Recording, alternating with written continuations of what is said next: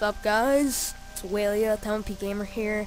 I'm gonna bring you guys another quick video on it's gonna be Arms Warriors in Mists of Pandaria. So let's get started. First, we're gonna go through the talents, then we're gonna get through some gear, then we're gonna go through the the whole specialization. So yeah, let's get started. Alright, so first up, we're just gonna do the talents. I'm gonna go through all of them really quickly. I'm only gonna do videos of the ones I have that aren't passive. So first up is Juggernaut. Juggernaut is there's the whole 15 talent thing is about charge. Juggernaut's one I use.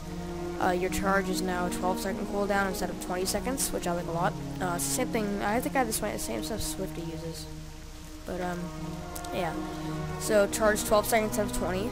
Double time is charged twice before its cooldown. I like that, but if you're dueling someone or in PvP with someone that sees you a lot, then it kind of doesn't have a use. Warbringer, I used to use this one. I like it sometimes. It knocks the target down for 3 seconds, but it's still a 20-second cooldown.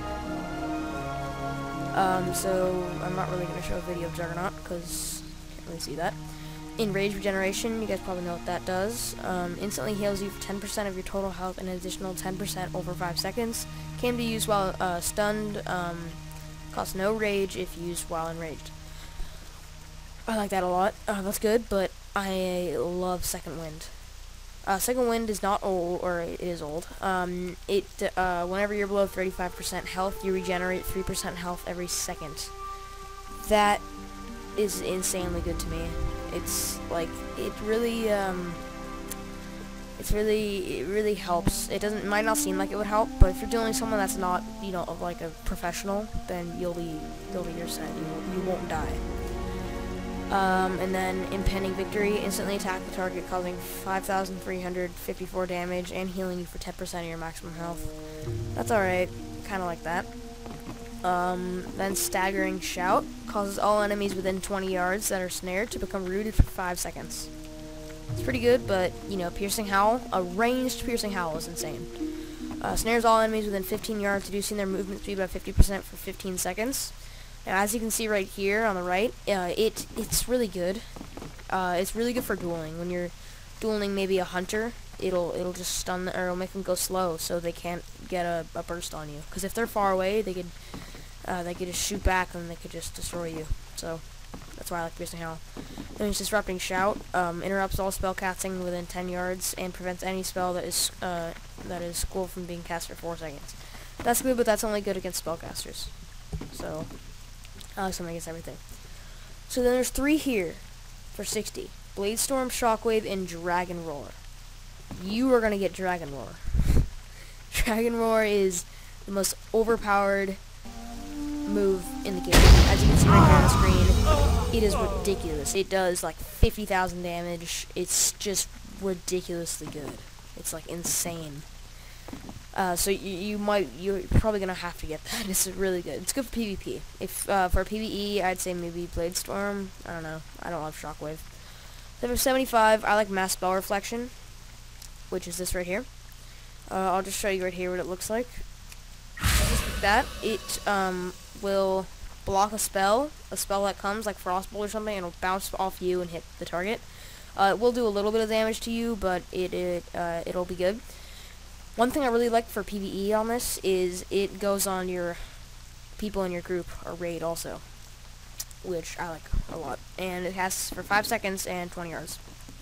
Safeguard, run at high speed towards a party or raid member. Already I know this is for PvE. How it says run towards a party or raid member. PvE. I like PvP, so I don't use this. You guys can keep reading it. It's a pretty long description. I don't want to read the whole thing, but yeah, it's pretty good.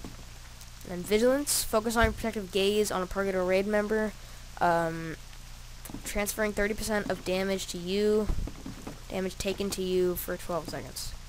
That's good if you're a tank. I am not a tank, so I'm not using that.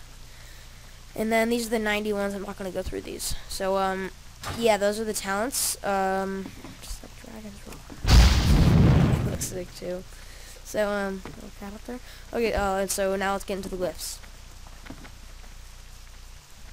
Alright, now these are the glyphs. Clearly there is a lot a lot of glyphs. So I'm not going to go through all of them, but I'll just go through some, the ones that I use. With overpower, cleave hits increases damage of your next overpower by 10%, which is good because I like cleave a lot, even for PvP when you're fighting one person. And then these are all do major first. With Immortal Strike, I really recommend you have this. Healing effects on you are increased by 10%. That's really good for PvP. And when you're using Second Wind, it'll be a lot better. Whirlwind increases the radius of Whirlwind by 4 yards. Now let's do the miners. If you guys don't know what miners are, they're just like fun glyphs now. Intimidating Shout. All targets of your Intimidating Shout now tremble in place instead of fleeing in fear, which is kind of cool. I'm not going to show a video of it because it's kind of good though for a burst, because if they're running away, it's kind of hard to burst them, so you kind of want them to stay still, so that kind of helps. When I do minor glyphs, I try to find ones that are kind of funny, but I try to find ones that will also help me. This is funny. You get so angry when enraged that you catch on fire. See, now I'm on fire. I like that. I think that's pretty cool.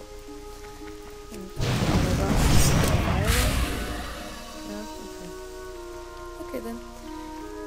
And then last but not least, your Thunderclap visual now includes the Lightning Strike, which you can see in the screen right there. It looks kind of cool. I just like how it looks. So now let's get into some of the gear and stuff.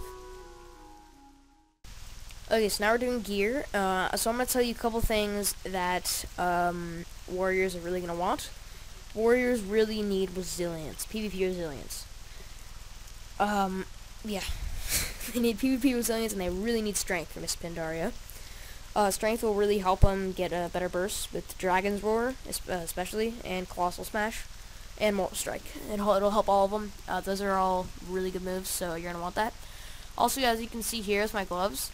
With my set, I have a disarm duration reduced by 60%, which is really, really good against rogues, because when you're fighting a rogue and they disarm you, you just gotta sit there and let them hit you, because there's not much you can do. And then, yeah, you got all this gear. Looks pretty cool. I also want to show you guys a trinket I have. It is called Stay of Execution. It increases your dodge by 383 and absorbs 20% of incoming damage up to 56,980. After the effect ends, you take 8% of the damage absorbed by every 2 seconds for 10 seconds. Lasts 30 seconds. 2-minute cooldown. Warrior Bubble. I am also a priest now. Yeah. So now I'm just gonna run around attacking these things. I'm not in Pandaria. I'm too lazy to go there. Isn't ready yet. Go off and kill that. But yeah. So warriors have a lot of moves. Lightning. I'm not really sure, but I think that lightning kind of increases the range of it. Because it kind of like goes farther. Let me try it.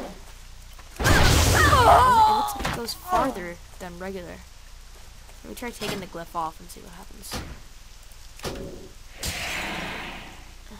Kill something. Get back here, my friend.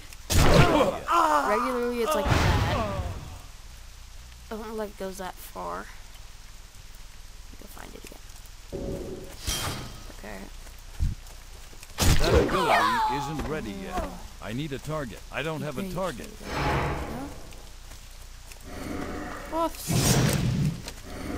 Go down.